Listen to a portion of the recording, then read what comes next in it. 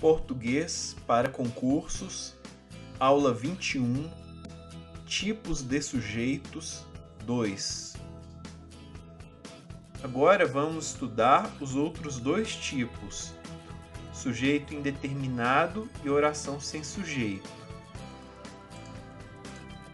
O sujeito indeterminado acontece em duas situações. 1. Com o verbo flexionado na terceira pessoa do plural, sem indicar apenas uma pessoa. Repare nas construções. Roubaram o meu relógio. Ligaram para você. Furaram o meu pneu.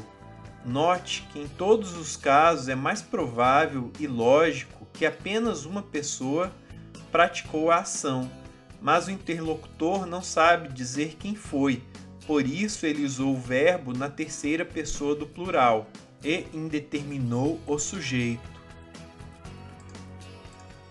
Mas se fossem as construções saíram da aula, compraram doce, chegaram cedo, jogaram bola, o sujeito seria oculto, porque em todos os casos é plausível que o interlocutor se refere a várias pessoas, de forma que é possível apenas uma pessoa do discurso, terceira do plural. Então, a regra é assim: se a ação do verbo indicar mais de uma pessoa, o sujeito é oculto. Se indicar apenas uma, é indeterminado. 2. Segundo caso de sujeito indeterminado. Terceira pessoa do singular mais partícula C. Índice de indeterminação do sujeito. O índice de indeterminação do sujeito aparece em três situações. A. Junto a verbos intransitivos. Mora-se bem aqui. B. Junto a verbos transitivos indiretos. Precisa-se de vendedores. C. Junto a verbos de ligação. Aqui, C é feliz. Note que nos três casos temos sujeito indeterminado, ou seja, sempre que tivermos essas construções, o sujeito será indeterminado. Aluga-se casas. Essa construção pode ser transformada para a voz passiva analítica. Casas são alugadas. Assim, quem são alugadas? As casas. Declarou-se algo sobre elas. Assim, é sujeito simples. Veja que essa transformação não é possível nas outras três orações em que há índice de indeterminação do sujeito. Nesse caso, o C é chamado de partícula apassivadora, já que foi usado para construir a voz passiva sintética, apenas possível com verbos transitivos diretos. Teremos uma aula sobre vozes verbais, mas é importante ter em mente que nem sempre quando houver C, será sujeito indeterminado. É preciso verificar caso a caso. Perceba também que o sujeito é o mesmo nas duas vozes, não poderia ser diferente. Ainda nessa oração há erro de sintaxe, pois o verbo está no singular e o sujeito no plural. Assim, o certo é: alugam-se casas. O mesmo para a frase vendem-se carros. Sujeito carros. Carros são vendidos. Outra dica ainda: para ser sujeito, precisamos de um substantivo não preposicionado. Em precisa-se de vendedores, vendedores é substantivo, mas está preposicionado. Assim não tem como ser sujeito. Em mora-se bem aqui, bem e aqui não são substantivos. Também falta substantivo em aqui se é feliz. Já em alugam-se casas, casas é substantivo e não está preposicionado. O mesmo em vendem-se carros. Oração sem sujeito. sujeito inexistente. Não tem como acreditar o que o verbo declara a nenhum nome. O verbo é sempre impessoal e sempre estará na terceira pessoa do singular. Casos: 1. Fenômenos da natureza ou passagem de tempo. Em São Paulo choveu. É seco em Brasília. Veja que não tem como transformar essas orações para a voz passiva. Além disso, São Paulo e Brasília estão preposicionados. Não tem como ser sujeito. Choveu, trovejou, nevou, amanheceu, escureceu, ontem no Rio de Janeiro. Em nenhum dos casos tem sujeito. Agora, se fosse a oração choveram críticas à votação, nesse caso temos sujeito simples, críticas. A noite chegou tranquila, sujeito simples. O dia amanheceu tranquilo, sujeito simples. Faz 10 dias que ela chegou. Não é ela que faz os dias. Oração sem sujeito. Ela é sujeito de chegou. Por isso, o verbo fazer, nesse sentido, sempre fica no singular e não no plural. Deve fazer 3 anos que eu estudei para concursos. Deve fazer indica passagem de tempo, de forma que não tem como atribuir a ninguém. Então, é impessoal, terceira pessoa do singular, oração sem sujeito. Vai para 10 dias que ela não fala comigo. Igualmente, andava por anos sem compromisso. Veja, ninguém anda por anos no sentido literal do verbo. Nesse sentido, andava quer dizer passagem de tempo. Por isso, oração sem sujeito. Note que o verbo ser foge da regra.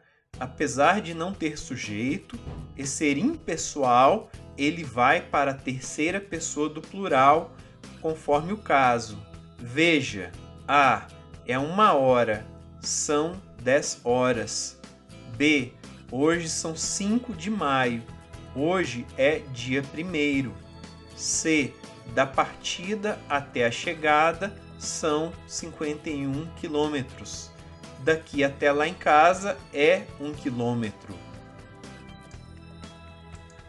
Há 5 meses que trabalho aqui. Perceba que há 2 verbos, há e trabalho. Dessa forma, teremos 2 sujeitos. O sujeito de trabalho é oculto. Entendemos que é o interlocutor, eu. Agora, e o sujeito de a? Não tem, pois é passagem de tempo. Assim, oração sem sujeito. Note que nas orações sem sujeito, o verbo sempre deve estar na terceira pessoa do singular.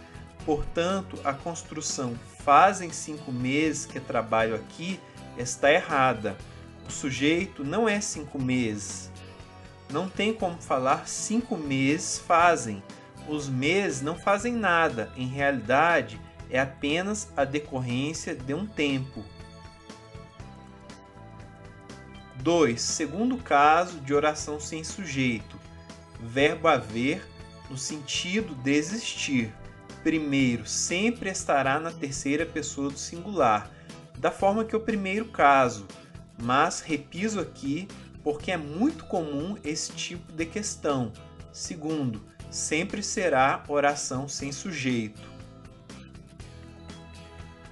Houveram protestos em São Paulo, Rio de Janeiro e nas principais capitais do Brasil. É comum construções longas, usadas para confundir. Troque o verbo haver por existir. É possível. Nesse caso, então, haver deve ficar na terceira pessoa do singular. E o sujeito não é protestos, São Paulo. É uma oração sem sujeito.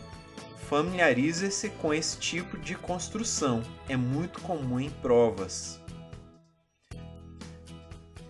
Entretanto, se a frase fosse existiram protestos, a construção estaria correta. Protestos seria sujeito e o verbo existir, concordaria com ele. Isso porque o verbo haver, no sentido de existir, é impessoal, mas existir não é. Preste atenção nisso, pois muitas bancas estão usando o existir no singular, enquanto o correto seria o plural, justamente para confundir o candidato. Haviam muitas perguntas que eles não haviam respondido. O primeiro haver é impessoal, assim está errado e deve ficar no singular. Veja que é perfeitamente possível trocar haver pelo existir. Já a segunda menção do verbo haver, ele não tem o sentido de existir. Não é possível fazer a troca, mas tem o sentido de ter. Nesse caso, ele é pessoal, tem sujeito, eles, e é flexionado. Assim, o uso está correto. Cuidado com esse verbo. Várias autoridades e outras celebridades haverá no seminário. Oração sem sujeito. Várias autoridades e outras celebridades é objeto direto. Os pais haviam conversado com os professores. Sujeito simples, uso correto. A mesma regra se aplica aos verbos auxiliares quando acompanham os verbos haver e existir.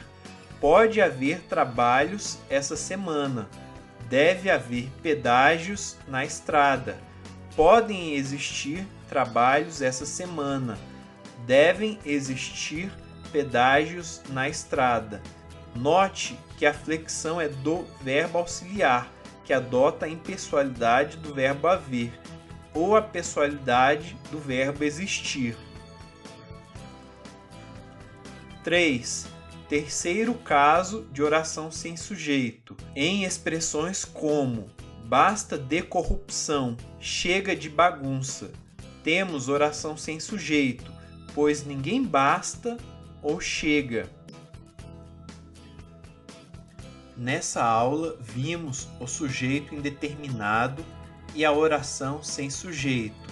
Esses tópicos são bastante cobrados em provas, principalmente a flexão do verbo em cada caso, de forma que o comando da questão pede para marcar a alternativa certa ou errada.